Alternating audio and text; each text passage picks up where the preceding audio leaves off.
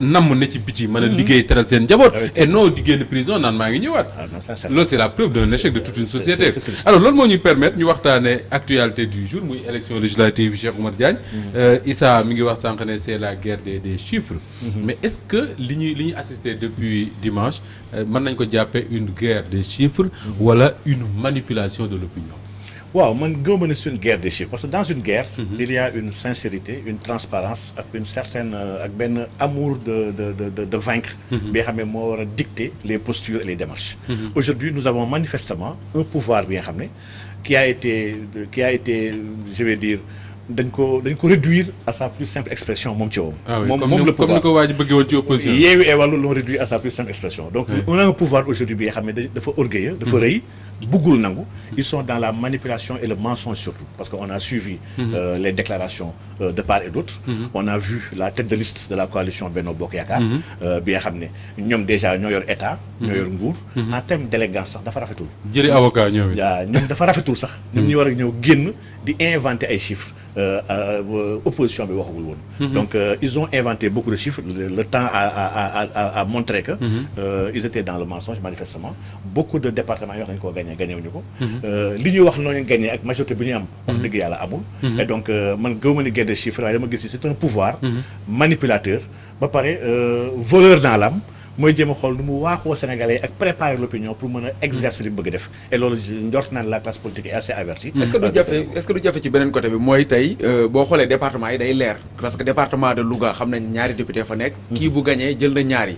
mais dégg nañ démb sax ci discours maanaam Aminata Touré mu ñu mel ni maanaam mi ngi préparer Sénégalais pour chiffres yi nga xam ne moo war a génn ci liste majoritaire bi nga xam ne 53 députés la te boobu noonu calcul bi déjà am nañu bare ñoo xam ne. duñ ko mën dégg nañ aussi de l'autre côté Déthié Fall moom itam ñoom ñaar ñëpp ñu mel ni ngoy nañ fi mu nekk nii ci liste majoritaire bi nga xam ne moo proportionnel autant pour moi nga xam ne moo war a 53 députés est-ce que du foofu aussi moo nar a jafe ji waaw man Issa dama jàpp ni 53 députés yi ñun on avait fait des études pour xool avec des techniques de sondage statistique pour xool naka la nar demee aujourd'hui soo xoolee liste tendance yi wala boog soo xoolee les résultats provisoires même bu dee c'est pas encore entériné da nga gis ni département yi xam ne sax Benno dafa gagné département yooyu en termes démographiques du ay poids lourds maanaam y a des poids lourds des poids légers ak des poids plumes ci département yi moo tax sax loolu mooy justifier sax nombre de députés yi di ute maanaam département yi xam ne population bi taxu koo bëri noonu la et dans ces départements là Benno ni mu gañee Yewwi wax dëgg yàlla genre ballottage la maanaam c'est pas du ay victoires yu extraordinaires sauf dans certaines régions du Fouta mais département yi Yewwi gañee Benno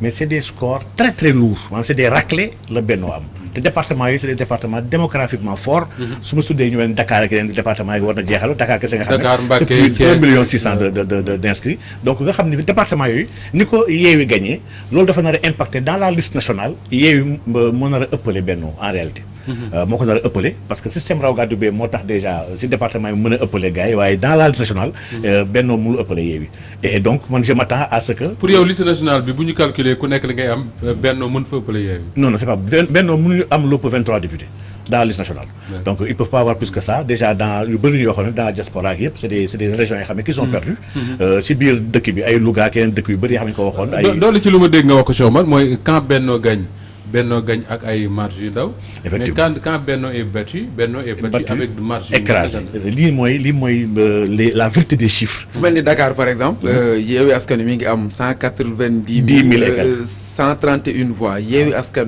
Benno Bokk Yaakaar am 93 493 127 000 donc ñii 190 la ñu am ñii am 93 127 000 c'est noonu donc différence de voix mën na 100 000 di dem 127 000 voix 190 la ak 93 donc tout était mu mat 100 000 waaw ëpp na ko sax parce que c'est kii ça a été il y a plus de 100 000 voix de différence déjà si biir département bi te loolu moo am presque fépp parce que Yewwi kese la mais boo xoolee waa wàllu ñi nga am 11 000 donc 11 000 lu Yewwi boole woo ci wàllu comme tu sais Yewwi 201 000 lay nekk effectivement Yewwi Wallu à eux deux ils font très mal à Benno di nga lii c'est ça soo seetloo jour vote bi sax ils ont commencé par une campagne de communication ñoo commencé jëm ñu gëmloo ni le taux de participation est à 20%. Man ay 10 heures laa dégg 20%, 10 heures. man mii nga xamee xam naa bu baax économétrie j'utilise des outils statistiques. C'est pas possible aujourd'hui même bu nga am ay bureau témoin c'est pas possible nga mën a am outil statistique bu la mën a jox un taux de participation. te fekk les tendances ak les habitudes électorales yëpp jëloo ko en compte loolu donc c'est faux. Parce que xam nañ ni quand le taux de participation est faible le plus souvent dafa tàmm nekk c'est avantage le parti au pouvoir. donc ils feront tout le plus souvent pour faire voter seen ay militants. Donc ils ont commencé à faire cela. Ils ont am na ay presse yu bëri yoo xam ne la presse couchée moom la presse couchée. Il y a des patrons de presse yoo xam ne qui sont acquis à la cause de Benno. La preuve, il y a des patrons de presse aujourd'hui qui sont misconseillés ci Benno Bokk Yaakaar. Donc ñooñu ils ont fait le travail médiatique ci jéem a gëmloo gars yi ni Benno fi ne mais la réalité des chiffres toujours finit par par leeral bi. Alors Pape Makhtar dafa am benn expression bu Cheikh Oumar wax léegi je veux penser mooy Yewwi Wallu a réduit le pouvoir à sa plus simple expression. soo xoolee tey fi nga xam ne fa le pouvoir bi gagné fi ñuy revendiquer dëgg-dëgg. moom mooy Matam. et certains départements certains petits départements maam Birame même léegi mais certains petits départements finalement Cheikh Oumar a raison. c'est la plus petite expression tey jii du pouvoir de Macky Sall. mais boo xoolee rek évolution bi xam nga ñoom dañu doon wax dañuy am une large majorité bu ñu demee bay naan gagné nañoo gañewuñu nga xam ni déjà ñoom accepté nañu ko dañ leen réduire à leur plus simple expression. maintenant dafa am loo xamante ni ñi ngi koy wax. moom moo déterminant parce que élection Yewwi gagné na ko kenn weranteetu ko. Yewwi ak li nga xamante ni mooy Wallu gagné nañu élection bi kenn weranteetu ko lan nañuy wax tey jii mooy cohabitation dina am du am. dégg ngeen boobu ba tey Mimi Touré naan du am. te président Macky Sall xam naa ne fan yii yëpp mi ngi nekk ci di liggéey Karim Wade sortie bi mu def c'était par fortune. gis nga jamono ji président Macky Sall lenn lay fexe mooy fexe ba coalition wala intercoalition bi nga xamante ni mooy Yewwi ak Wallu nan la koy tasee.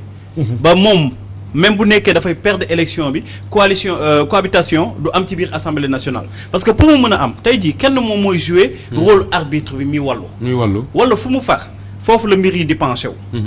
donc jamono jii nii tey xaw ma nagam waa Yewwi ñi ngi si bàyyi xel maa ngi leen dégg ñi ngi félicité woog di ci plan wu Déthié Fall bi muy PDF. mais nañu def attention ci li nga xamante ni mooy alternative yi nga xamante ni moom la Macky Sall jàppee. parce que pour yow Macky Sall dina wuti solution. Macky Sall dina wuti solution nu mu ko defoon ci local yi. dafa jógee ci local ci saa si dem recruter ji ay nit. te musul bàyyi te du bàyyi. li mu nar nag Sénégalais yu bëri xam nañ ko donc moo tax ma dégg Karim Wade génn di jéem a wane que ni moom mi ngi ancré dans l'opposition. kenn sandu ko. il a demandé à ce que les deux coalitions restent rassemblées. joxewul consigne de vote. il faut c'est important de rappeler. Karim Wade élection yi da cee neutre. papaam aussi ñëw na d'accord. ba tey joxewul consigne de vote. ñoom dañu neutre ci élection yi. bàyyi ba élection yi jàll. Wade guddik élection yi. guddi mobiliser na seen wax ne nañu voter pour l'intercoalition Wallu Yewwi. campagne bi ay militants la ko envoyé. mooy audio boobu ñu doon partagé. mais Karim joxewul consigne de vote.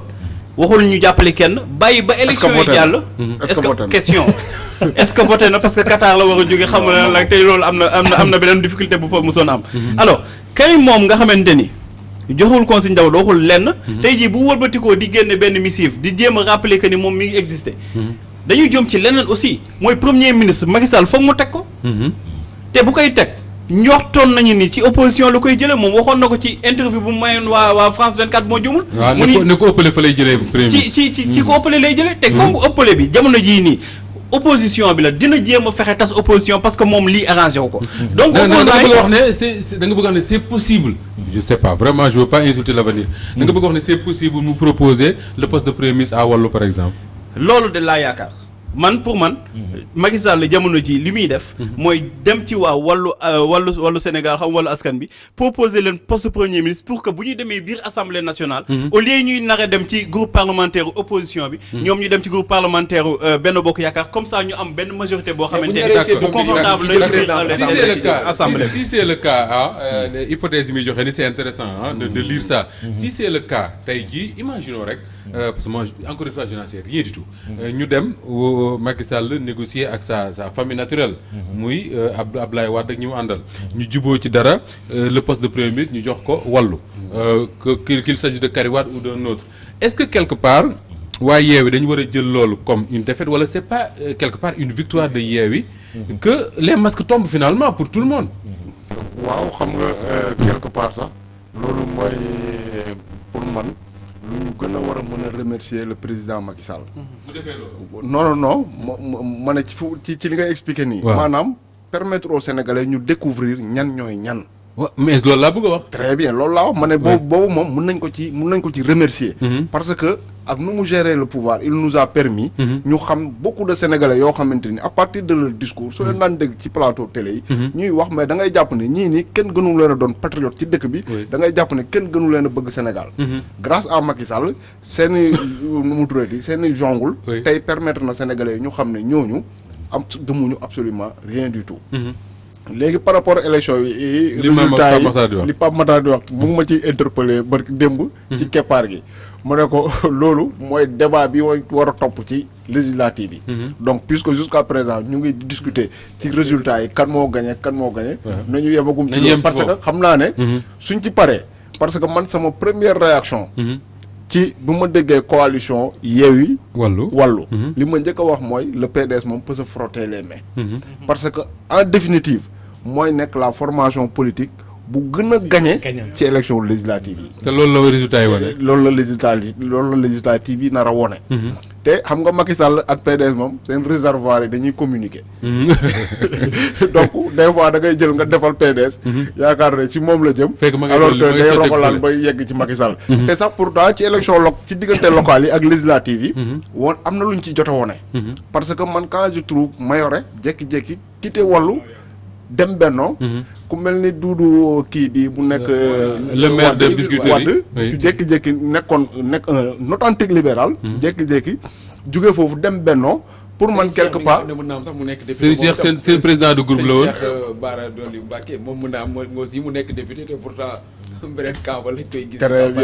très bien donc pour dire tout simplement que quelque part libéraux yi il est sur les listes de Wallu oui bien sûr soriwul je pense que 13e la woon donc mën na nekkaat député vérifier bien sûr kooku am wërsëg alors Cheikh Oumar est-ce que quelque part également ñu ngi wax ci nombre de députés yi communiqué fii enfin comme le dit Mame Birame mën nga sotti fi fekk ne fële nga sotti mais est-ce que amul beneen lecture bu ñu war a def moo di leneen moo di ne la question du troisième mandat que ne tey au-delà du nombre de députés ak ku mënti am majorité tamit li leer mooy les Sénégalais dans leur majorité si les chiffres se confirment n'ont pas voté pour la coalition au pouvoir est-ce que tey Macky Sall waru ci tirer c'est pas la première leçon à tirer pour Macky Sall.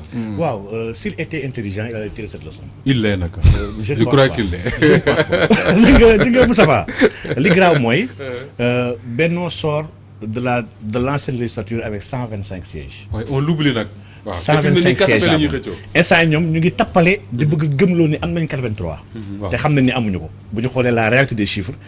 Benno mënu am lu dépasser 77 sièges. on a fait toutes les extrapolations. extrapolation yi mënu ko dépasser j'avais fait les calculs j'avais publié ça dans les réseaux. def na extrapolation avec des cas de participation. les calculs les plus optimistes. le ministère moo ñu jox taux de participation le ministère de l'Intérieur nee na il a un taux de participation de 47%. donc ñun on avait travaillé sur tous les taux jusqu'à 55% parce que élection législative musul dépasser 50%. sauf xanaa 2001 nga xam ne on était à 60 et quelques loolu contexte la woon bi nga xam ne ak alternance bi. donc aujourd'hui li am ba am sëñ Moustapha mooy les Sénégalais dañoo voté de manière hétérodoxe wala boog de manière holistique. ci élection yi. ñenn dañoo bëgg wax Macky Sall ne ko doo nekk candidat mooy le sens de leur vote. ñenn dañ ko bëgg a xamal ne ko defoo dara suñu dund bu métti gi dund gi dafa cher. ñenn c'est la question LGBT moo tax ñu sanctionner le président Macky Sall. donc il y a eu beaucoup de réalités. yoo xam ne qui se sont enchevêtrées ci biir élection yi. yoo xam ne ñoom bu ñu amoon solo. dañuy taxaw ne comprendre nañ ko mais président Macky Sall malheureusement il tire jamais de leçon ci lu koy dal fàttalikul en mars dafa taxaw ne dégg naa leen il n'a absolument rien tiré aujourd'hui il se prépare pour benn confrontation ak benn coup de force parce que soo xoolee waa Benno seen ay responsable ni ñuy waxtaanee ni ñuy jéem a commencer imposer gars yi nañu njëkkante ci réseaux sociaux yi seen groupe yëpp ñu ngi ñaax gars yi ne gën leen revendiquer la victoire et na ngeen ci xuloo leen ci bu leen bàyyi dara nga xam ne ko ñii ils sont dans une dynamique am nañ groupe WhatsApp boo xam sax dañ le mot d'ordre mooy bu ngeen demee ci plateau télé bu kenn tudd défaite. c'est pas possible victoire. ñi si defoon sax bind si seen ay page internet seen page Facebook. di félicité woon dañoo effacé rocc nañ ko. parce que la consigne kon au niveau de l'appareil politique. dafa bëgg gars yi. ce qui veut dire que ni muy Yewwi muy Wallu ils ont intérêt à se préparer. waaw man dama jàpp ni. par rapport ak li Mame Birame wax te peut-être bëgg naa ko cof tuuti. dama jàpp ni Yewwi et Wallu ne sont pas une coalition. kenn ku nekk coalition boppam la. seulement nag c'est deux formations yoo xam ne man jàpp naa ne Wallu moo gagné moo si le grand gagnant. yi nga xam ne dañoo waxante woon rek ne. zone yi nga xam ne xaw naa fa am doole. bàyyi leen ma ko comme ça ñu jël raw gàddu gi. yow tamit zone yi nga xam ne man dama fa faible je vais te donner mes voix. mais loolu dans les faits Moustapha soo xoolee les faits. dans beaucoup de localités mën naa tudd lu mel ni Mbour. mais loolu ça a faussé. ndax erreur de communication Louga sax Yewwi a gagné. On a vu les dernières notifications Yewwi a gagné. Donc mais soo xoolee ndax erreur de communication ont-ils bien communiqué. fake news la aussi Cheikh Oumar. ah ñenn ñi ngi naan fake news la de que ni Yewwi moo gagné. Bon pour le département d'une façon ce qui est constant à Louga Cheikh Oumar moo di ne si les voix de Wallu étaient allées à Yewwi.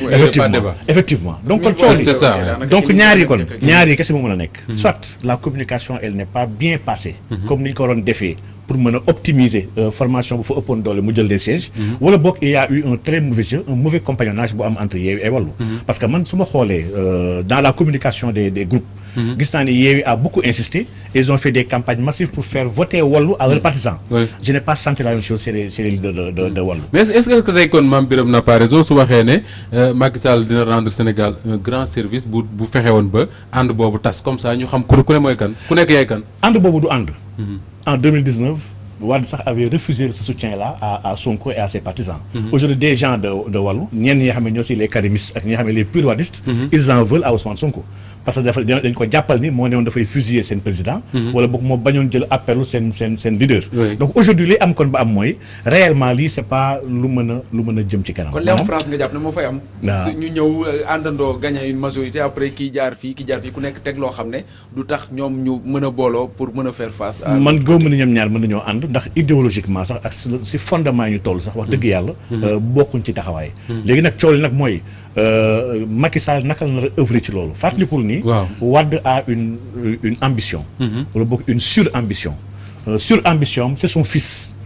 Wade lii kese ko intéressé. Wade fii wax dëgg yàlla ñu bëri ñuy taxaw tey sur la classe politique di wax. man bokk naa si yoo xam ne dama ko xeex en 2012 dama ko xeex. pour beaucoup de choses yoo xam ne daf ko def suñu démocratie. donc xeex ko pare ñëw àndaat ak moom man jàpp naa ne ce n'est pas cohérent. mais Wade est dans une logique bu sérieuse. regrouper la grande famille libérale avant 2024. lii moom c'est une chose claire bi nga xam ne on sait que Wade y travaille. les libéraux ñu si bëri ils y travaillent. déjà sous l'escarcelle du grand parti libéral. il y a des grands libéraux yoo xam ne dem nañu. ñoom Idi yeeg ñëpp dem nañu ñoom ñëpp ñu ngi foofu déjà. donc entre ñoom jiitu nañ ñoom ñu ngi préparé terrain bi. waaw ba di ko théoriser donc man ñoom wax dëgg yàlla du ma am mbetteel sincèrement. bu Wallu defee défection. oui bu Wallu defoon défection ñu retrouver cette grande famille libérale boobu Cheikh Oumar loo jàpp que ni ñoom mën nañu soutenir un troisième mandat de Macky Sall wala dañuy compter ci soutien wu Macky Sall pour un autre candidat. autre que Macky Sall. ils sont assez égoïstes. pour ne pas soutenir Macky Sall dans une troisième candidature. xam naa ne ñoom ils ont leur candidat. et dañoo gëm ni ils doivent succéder à Macky Sall. et ñoom xam naa ni gage yu gën a mag yu bëgg jox Macky Sall mooy lu ñu la topp sa famille. et Macky Sall a peur d'être poursuivi. Macky Sall xam na ne ñoom rek ñoo ko mënal loolu. Macky prison kese ragal. moo tax ma ne instant dama génn dama génn naa fi yoo xam ne man Macky kilifaam laa léegi ndax bëgg naa fi yoo xam ne moom bu ko fa waajee dugal dafa doon di jooy bay saliiru nan foofu su ma fa demee dee moo gënal donc kon aujourd'hui Macky ne veut pas aller en prison après la présidence non man yéey naa ko nag Macky doit aller en prison pour tout ce qu'il a fait pour haute trahison par rapport à tous les dossiers yoo xam ne surtout sur des hydrocarbures yoo xam ne Macky du si ñàkku ci xam-xam maanaam délit d'initié la fan ngay xaar exactement 14e bi muy 165 députés yi nga xam ne bon ñii ñi ngi daan fii la nar a féete majorité bi fee mais déjà yow fan nga leen di xaar exactement ci wàllum liggéey boo xam ne war nañ ko sumb déjà bu ñu leen installé à l'Assemblée nationale. waaw jërëjëf sëñ Issa man dama bokk si ñu gëm ni lii yëpp ginnaaw lii yëpp c'est le peuple sénégalais rek moo gagné. parce que tamit encore une fois waruñu di fàtte ni élection législative élection de représentativité la l'article 59 de la Constitution le rappelle de manière très belle en disant que l'Assemblée représentative de la République du Sénégal prend le nom d'Assemblée nationale donc il s'agit donc de représentation en réalité man nag dans cette représentation là bi nga xam ne que beaucoup de coalitions politiques ont déjà faussé ndax soo xoolee nu ñu investir rek nu ñuy waxee nga xam ne nii ils comprennent pas même les missions de ceux qu'ils ont investi man chantier yu gën a jàmp yi may xaar Assemblée bi mun naa ko limiter ci 3 wala 4 chantiers bi si njëkk man jàpp naa ni la question LGBT parce que man question bu ma ñor la jàpp naa ne bu ma demee kaso sax lobby LGBT bu mag a mag bi moo def pression bu rëy rëy pour ñu tëj ma parce que waru moon dem institution waru moon toog sax prison lu yàgg législature bee passé woon ils étaient à 27 membres yu bokkoon ci PGA bi nga xam ne moom laa doon leeral di ko waxtaan ba ñu jàpp ma tëj ma. législature bii bi 13e bi passé ils sont 13 députés yoo xam ne qui sont de PGA. man jàpp naa ne premier défi mooy assemblée bii di ñëw dina du am benn député buy war a oser bokk ci benn groupement buy liggéeyal. mais loolu Sénégalais yi boo war a xippi seen bët di xool ñan ñoo ci war a. on va être très regardant on va être très regardant et on va suivre pour que Sénégal bu mu am benn représentant ci biir PGA parce que le débat actuel dans le monde entier c'est un débat civilisationnel. C'est un débat autour de la morale et de la vertu ñun suñu ay tradition suñu ay culture suñu ay religion yëpp nanguwul problème boobu. Le deuxième sëñ Issa man dama jàpp ne y a même pas un mois. Le président Macky Sall a fait voter en procédure d'urgence une loi bi nga xam ne une loi criminelle man mooy cette loi sur les OGM loi bi kenn waxtaane wu ko sans débat on l'a voté nii en catimini ñu bëri xamuñu depuis 2015 toute la pression que les multinationales ak les grands milliardaires yoo xam ne qui travaillent sur ces éléments là ont fait sur le président Macky Sall OGM bi ça expose le Sénégal dafa nar a yàq lu bëri sur notre biodiversité sur notre équilibre écologique sur notre bio-agriculture bu ñu am sur même la santé publique parce que OGM yooyu c'est des manipulations génétiques yoo xam ne surtout avec de la mutagénèse nga xam ne lii peut-être yeneen dossiers yoo xam ne man jàpp naa ne si defee une émission spéciale parce que leeragul ci Sénégalais yi donc man lii jàpp naa ñu ko war a dindi il y va de notre sécurité intérieure et de notre sécurité de nos jeunes ñetteel bi Issa et non les moindres mais c'est la question LGBT loi amoon na fi bi nga xam ne am na ñu ko sàkk woon ñu ko sàkk woon waxuma sax askanu Sénégal yëpp su ma nee rek xalif généraux yi Sénégal yi sëñ Mountakha Mbacké sëñ Mbaye Sy Mansour Cheikh Ibrahim Cheikh Mahi Ibrahim et cetera di ñëpp ne bëgg nañu une loi pour corser daan yi ci biir wàllu góor jigéen lii rek tax na sëñ Issa war nañu am lecture dañu on demande qu'une lecture au moins ñu waxtaane loi bi waxtaane ko rek même bu ñu deful exactement li ñu bëgg mais nañu xool li possible ak li ñu mën aujourd'hui mais au moins ñu def ci dara par rapport à l'apologie autour de l'homosexualité avec surtout les médias est-ce que Cheikh Omar waxtu bi jeex na tàkk mais est-ce que le fait que loi boobu ñu yóbbu ko assemblée yóbbuñ àggul sax plénière pour ñu waxtaane ko parce que affaire bi c'était pas forcé de voter ça mais au moins d'en discuter le fait que waxtaane wuñ ko est-ce que les Sénégalais n'ont pas sanctionné ça effectivement Sénégalais ils ont sanctionné soo xoolee le bureau maanaam li ñuy wax les 9 xam nga alxuraan dafa am benn ASC bokk na ci ay miiru ñi ngi ma jot waaw dañ koo dóor sanctionné ñoom ñëpp ñu nekkoon 9 yooyu nga xam ne ñoo nekkoon dañu sonal ñëpp ils ont été sanctionnés parce que Sénégalais yi ils ont été outrés voire même choqués que bëgg-bëggu askanu lëmb ñu ngantal leen ko alors que seen droit le plus absolu la man jàpp naa ne aujourd'hui assemblée dafa am ay chantier yu bëree bëri yoo xam ne ñuy xaar chantier yooyu bokk na si la loi sur les ordures plastique yi instant bi Sénégal ñu bëri ñàkk nañ seen liggéey benn destination ci lépp luy saleté ak ay muy wax ni ordure ci àdduna bi mbalit dañuy importer ñun léegi mbalit daawaat jéeg on était à 7800 tonnes l'année daaw ci 2020 bi on était à 8900 tonnes de mbalit yu jógee dëkku américain ak tubaab yëpp yoo xam ne fi ñu koy andi ce qui se fait mooy que la Chine a voté une loi en 2018 pour tere l'importation de mbalit ñu jël ay entreprises délocaliser ko andi ko Sénégal di ko fi def fii loolu c'est une atteinte grave en un mot ça veut dire que assemblée bii ñuy installé moom quel que soit kuy am majorité am nañ chantier yu bëri yooyu ne xaar mais est-ce que parce que 20 heures jot na léegi ñu dóor ma nag mais est-ce que pour jeexal Cheikh Oumar en une minute est-ce que finalement les Sénégalais n'ont pas bien voté c'est-à-dire que tey muy Yewwi muy Benno kenn du am une majorité écrasante à l'Assemblée boo xam ne loo neex def kenn mënu ci dara effectivement man dama jàpp ne si la démocratie sénégalaise ñu naan la gën a consulter mos nar a màgg ndax on va avoir une nouvelle aventure en matière démocratique surtout dans le Parlement bi nga xam ne c'est inédit musul am ni ñu koy waxee kay